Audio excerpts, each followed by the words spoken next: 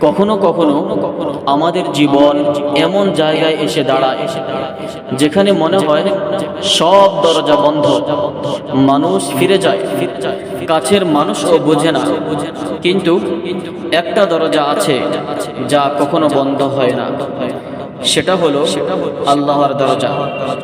রাসূলুল্লাহ সাল্লাল্লাহু আলাইহি ওয়াসাল্লাম বলেছেন, লা ইয়ারুদ্দুল কদর ইল্লা দুআ, অর্থাৎ দোয়া ছাড়া কিছুই তাকদীর পরিবর্তন করতে পারে না।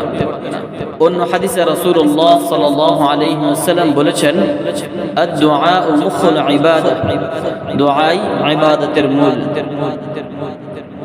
তাই তুমি যখন রাতে হাত তুলে কান্না জড়িত কণ্ঠে দোয়া করো, সেই অশ্রু কখনো বৃথা যায় না।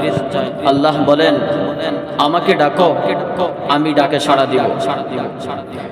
তুমি যে সমস্যায় আছো, যে কষ্টে বুক ভারী হয়ে যায়, যে স্বপ্নগুলো তুমিও আর আশা করো না, সব কিছুর জন্য আল্লাহর কাছে চাও।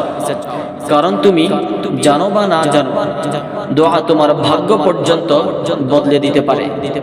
মানুষ বলে অসম্ভব, কিন্তু আল্লাহ বলেন কুন, অর্থাৎ হও, আর তা হয়ে যায়। আজ থেকে একটা দোয়া কখনো বাদ দিও না। বলো, হে আল্লাহ, যা আমার জন্য ভালো সেটাই তুমি নির্ধারণ করে দাও, আর আমাকে সে পথে পরিচালিত করো। দোয়া দেরি হতে পারে, কিন্তু দোয়া ব্যর্থ হয় না। কখনো এই দুনিয়ায়, কখনো আখিরাতে অবশ্যই তার ফল পাওয়া যায়। দোয়াই তোমার গল্প বদলে দিতে পারে, যেমন বদলেছে লক্ষ লক্ষ মানুষের, তোমারটাও বদলাবে। শুধু তুমি হাত তুলতে ভুল করো না।